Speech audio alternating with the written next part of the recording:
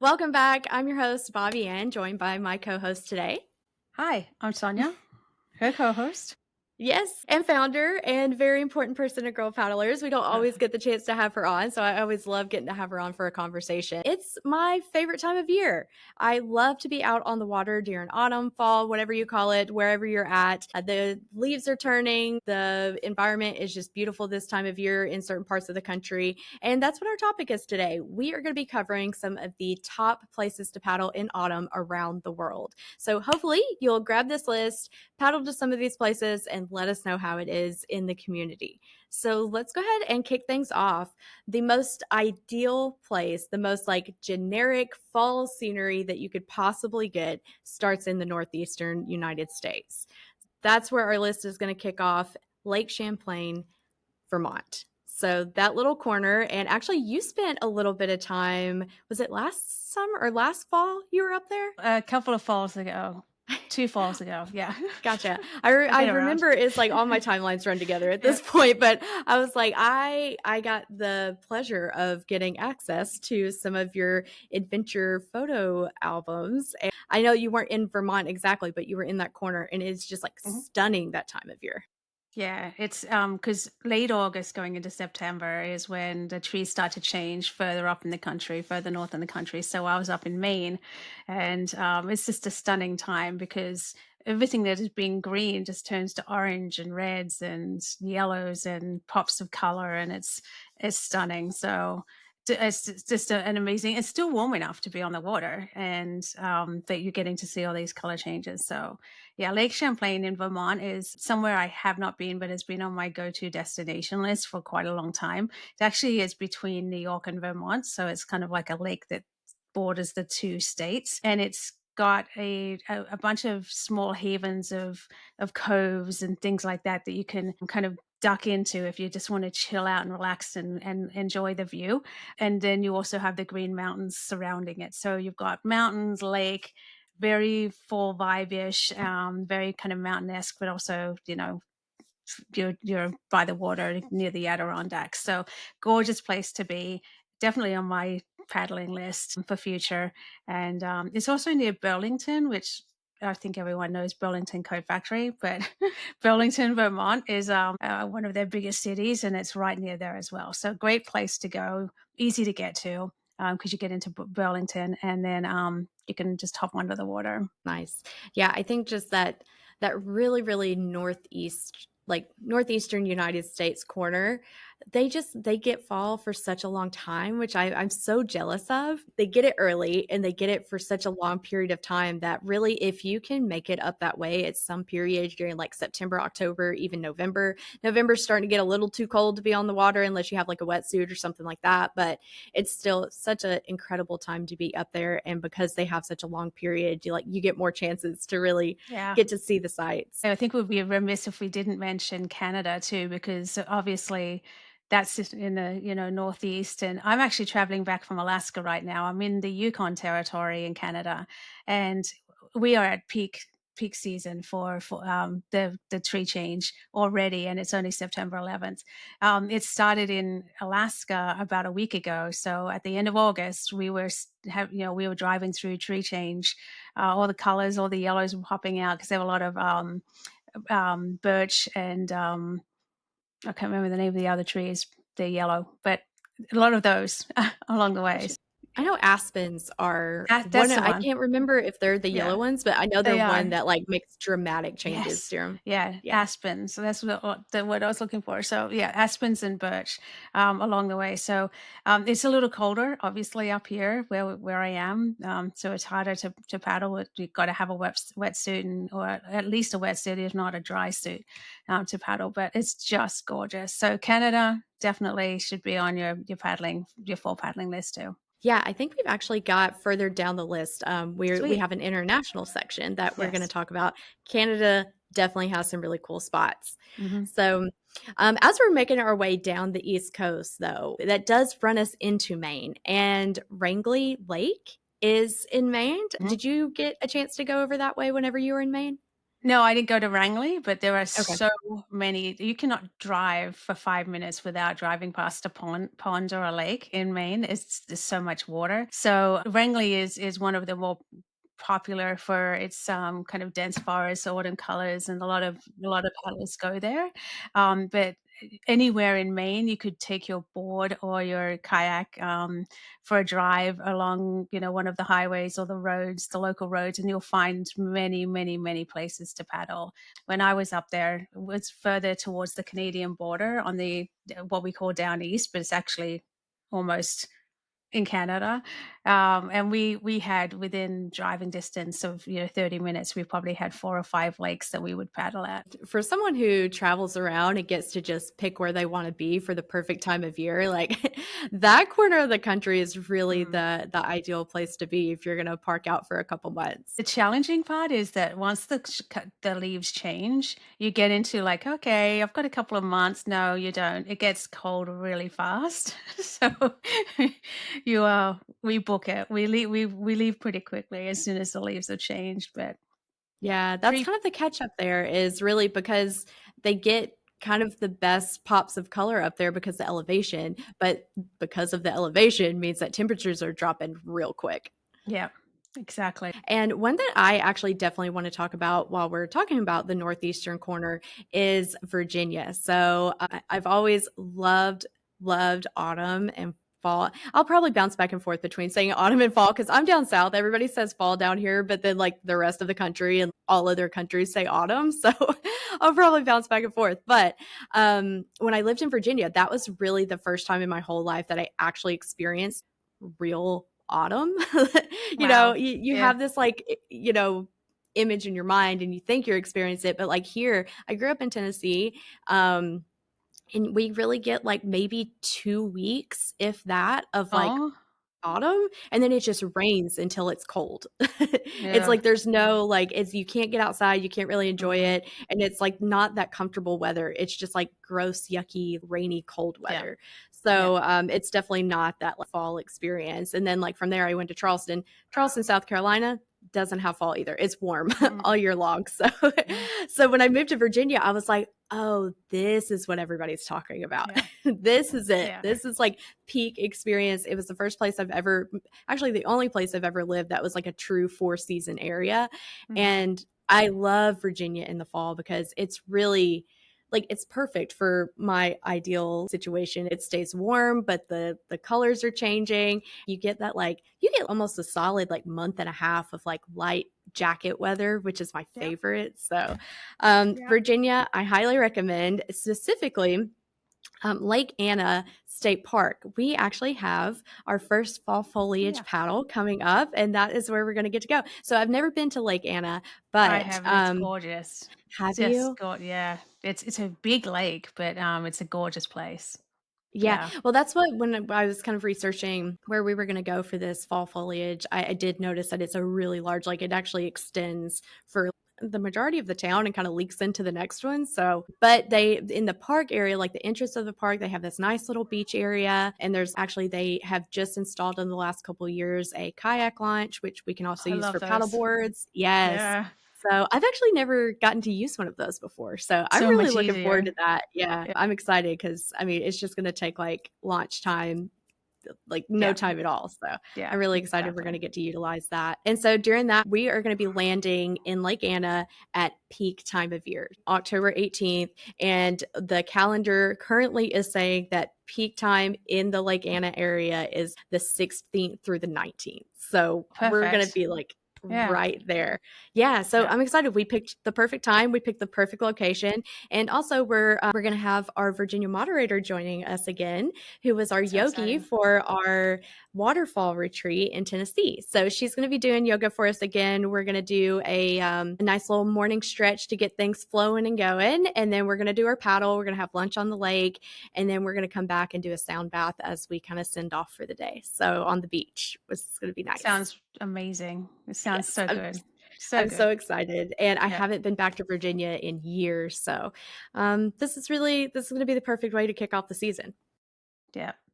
There's so many places, but Lake Anna is a great, well, it's so accessible, Lake Anna, because it's close enough to Hampton Roads, it's close enough to Richmond, close enough to Northern Virginia. So, and then it's close enough to anyone coming in from Charlottesville. So, very accessible for so many people. And it really is a great place for the tree change colors. When you get closer to Hampton Roads, you definitely get fall colors, but it kind of happens quickly and we get a lot of wind. So you tend to lose a lot of the leaves or just like go and Yeah. suddenly it's like winter. So yeah, it'll be amazing. It's a great place to go. Yeah, I'm really looking forward to it, and I'm definitely gonna take advantage of being in the park and probably end up spending the rest of the day in the park after our paddle too, so Yeah. well, actually, continuing on into that list, as we're moving our way down the coast, we're going to start reaching the southeast. So, started in the northeast, closer to New York, we're working our way down. New River Gorge is actually another one that it's in West Virginia. It's another one that's been on my bucket list for a long time, and is actually what we were bouncing back and forth between for when we did our Kentucky paddle. So, we were kind of bouncing back and forth between New River Gorge and Mammoth Cave. We landed on Mammoth Cave, but we had enough people that were really excited to try out New River Gorge that hopefully we'll get to do that one next summer. Yeah, it's a pretty epic place, very dramatic. And West Virginia is kind of big drama, and the New River Gorge is definitely dramatic. Something to be aware of: it can be a fast flowing river, so if you don't know how to handle rapids, then you may want to make sure you're with a group and or with a guide. There are some gentler waters up in the upper sections, so seek those out if you don't want to be kind of caught up in any of the rapids. It is fast moving river, but upper river tends to be a little bit slower, and so you should be pretty kind of zen, gentle moving water up in the upper section.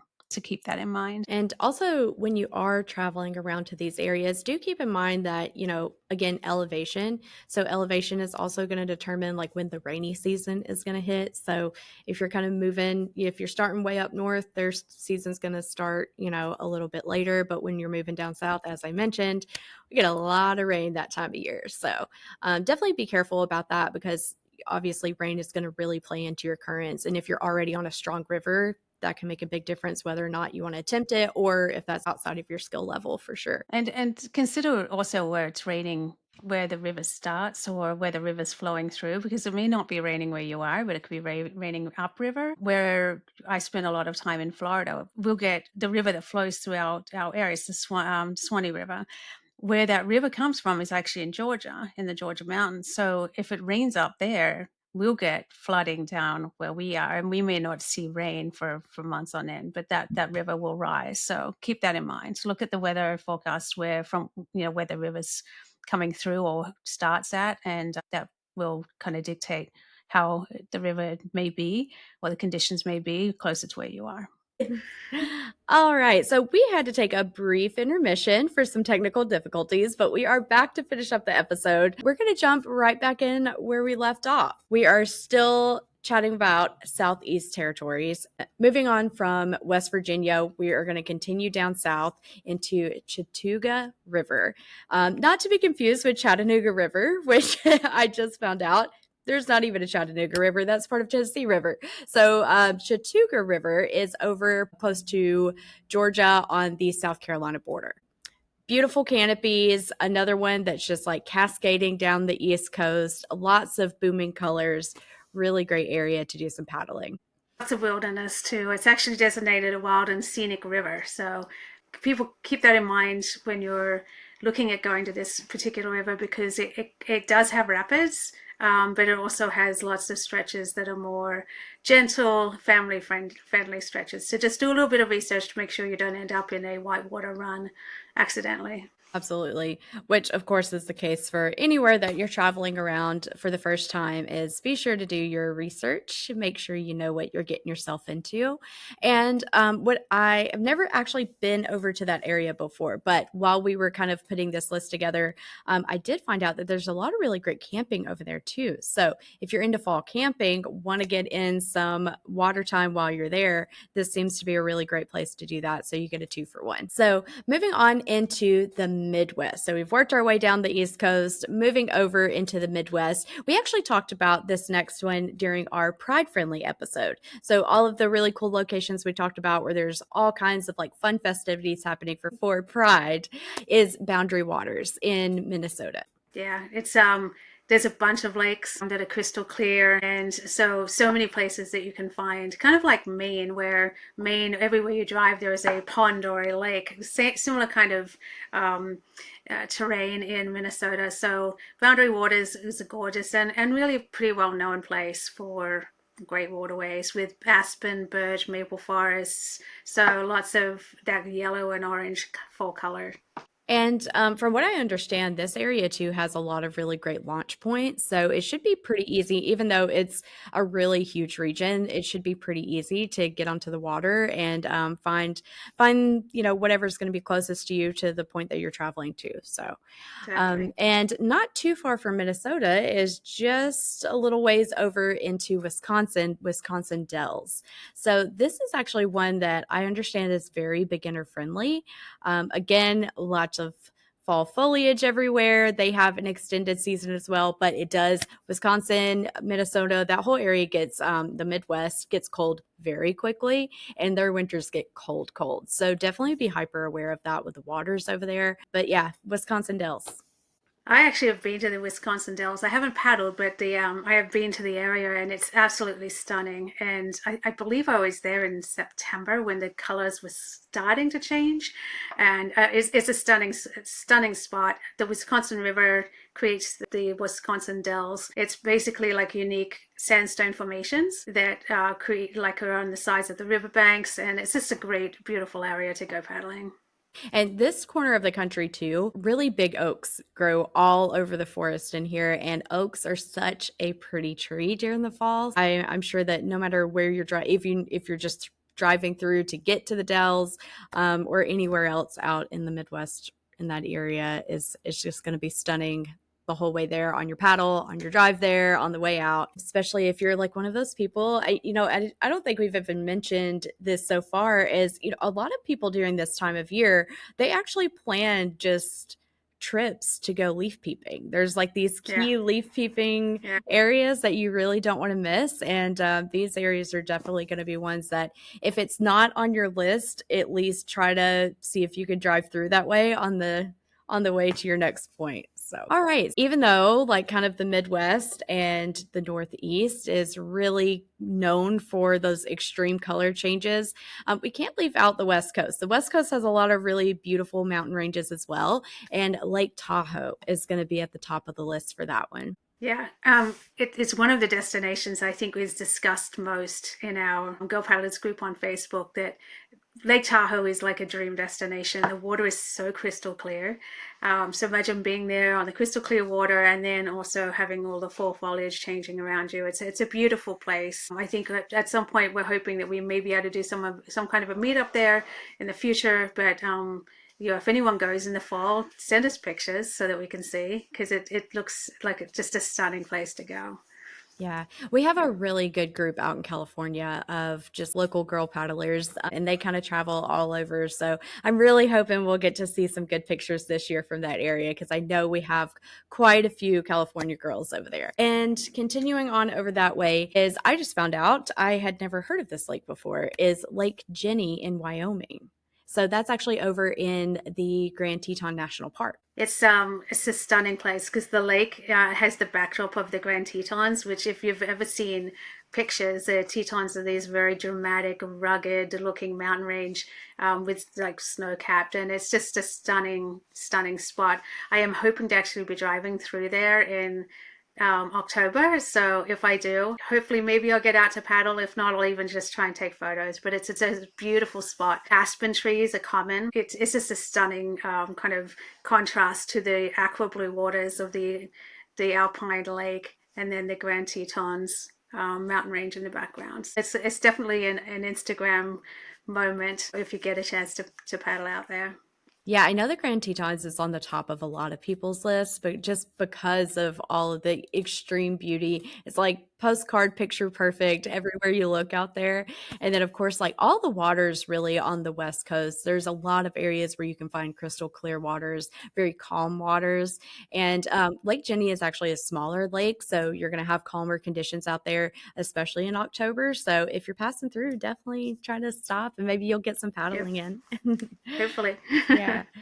That actually completes the list of our American list, but we do have some international lists as well. At the beginning, we did talk about mentioning a couple Canadian locations, which is on the border of a lot of our favorite American locations. But moving on into a different area, Ontario. And for our international list, y'all don't slaughter me over these. I'm doing the best with pronunciations. I don't know if I'm saying it right or not, but bear with me.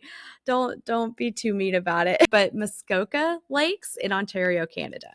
So Canada too, all over the place. Crystal clear because you get a lot of that glacier water that's coming off of Canada, but wilderness everywhere. And just Canada does a really great job of taking care of their natural environment, taking care of their parks. So this one seems to be on the top of a list of a lot of international travel. Yeah. There's a couple of lakes within the Muskoka. Hopefully I said this correctly. Muskoka Lakes. It's Lake Rossau and Lake Joseph. Quick tip is to try and paddle there during weekdays because there's motorboat traffic during the weekends, even in the fall. So just a quick tip, if you can get out on the water during the weekdays, you'll have a much calmer experience than possibly on a weekend. It's a heavily paddled location, so there's lots of rental opportunities as well. That's great. It's always nice when, especially if you're traveling around and don't have paddling on your planned list, to be able to grab a rental. So, popping over across the pond to Portugal, Douro River, Douro. Sounds Again, good. another That's how one. I would pronounce it. So, this is another one that it's just, I mean, I looked at a billion pictures while we were getting ready for this. It's such a stunning area. I mean, Portugal, really beautiful area, and Mm. like the whole country is just stunning. I don't know if I'll ever get the chance to make it out that way, but if you're on that side of the planet and you get a chance to do it, definitely do. Yeah, and they actually have an extended season because it's a mild climate. So the fall tends to a little bit further into November than it does here in the United States. So yeah, mid fall, mild. It's kind of mild at fall into November. The river that you mentioned that I'm going to totally butcher, Douro, actually winds through vineyards. So you know, paddling, well, of course, safely and don't get drunk and then paddle, but safely you can hop off and maybe go visit a vineyard on your paddle. That Yeah. sounds cool to me. Really nice pit Yeah, stop anyway. yeah, exactly. So the next one on the list is this one has a really iconic setting that a lot of you guys, maybe you didn't even know where it was at, but you've most likely seen this picture, you've seen this location, and that is Lake Bled in Slovenia. And this is on an alpine lake, and it just has, I'll throw the picture up into the video for you guys if you want to watch this over on YouTube, and I'll probably post it up on our other socials as well. But it just has this like iconic little island in the middle of the lake that has this stunning building on it that just looks like a painting to me. Yeah, And it's because a of, medieval castle. It's crazy. yeah, It's yeah. yeah, it's so beautiful to me. And so you can paddle around it. I mean, it's a calm lake, it's a smaller lake. So, because I believe it's like a runoff of another water connection. And of course, Slovenia is one of those elevated areas as well, where just the colors are very dramatic around that time. So, if you can time it just right, you could probably get a pretty solid profile picture from that. Yeah, for sure. It's beautiful. So yeah, definitely take a look at it and put it in your dream list. Yeah, Absolutely. dream destination. That was actually the last on our international list. By no means are these all of the iconic areas that you could be paddling in fall. These are just kind of the top ones that we were researching, and these seem to be the most popular in the certain types of areas. So we wanted to give you just some guidance and maybe give you some inspiration if you happen to be in those parts of the countries, or if you're in those other countries. Now you kind of have some goals of places that you can stop for and maybe plan a vacation around, a little weekend trip or something like that. It's always sad when the warmer weather starts to fade, and we just try to extend paddle season as long as we can. In a lot of these areas, it's really not too cool just when you get up into the like northeast and southeast, like the waters are still pretty warm. The weather might be cooling down, but it's not terrible to paddle that time of year. No, and I want to give a quick shout out to a couple of places in Canada, because Canada, I'm actually driving through Canada currently from Alaska back into the lower 48 states, and I've been driving through the Yukon Territory and British Columbia. A lot of the state parks here, or provincial parks, I believe they call them, actually, most of them are on lakes, and a lot of them have canoes and free life jackets to that, so you can just go out on the water. It's just they're there for anyone who's visiting the parks. And so yeah, if you happen to be driving up through British Columbia or into the Yukon Territory, keep that in mind. That you can drive into these provincial parks and have a free canoe and free life vest in case you're not bringing your own gear with you, and hop out on the waters. And it's already, I think I'm almost past peak in the Yukon Territory on fall change, and now I'm going into the kind of early foliage changing season in British Columbia. So yeah, now, which I think it's around mid-September when we're recording this, that now is a good time to get up into Canada and do some paddling. Yeah. Isn't that funny how you kind of like uh, traveling across, you get to experience so many different seasons just in like a couple Hmm. of weeks?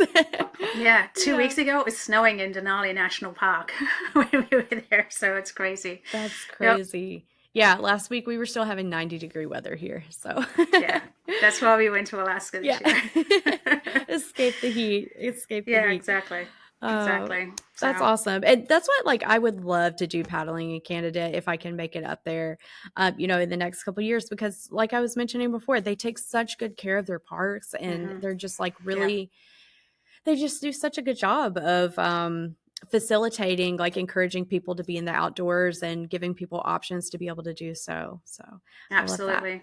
I love that. Well, that's the end of our list. We would love to know what's been on your list this season. If you have some places that you have on your bucket list that you're going to be marking off, please let us know. Talk about it in the group. I'm sure other people would love, because that's really the most common thing that people ask in the group. It's the most common first question that's asked whenever somebody joins the group is, all right, I'm here, I'm looking for new paddle spots. So Yeah. definitely, and if you get some good pictures, we're all about pictures over there. So do some fall peeping, let us know where you've been. Be safe on the water, stay protected, make sure you check the weather first, and paddle for the conditions.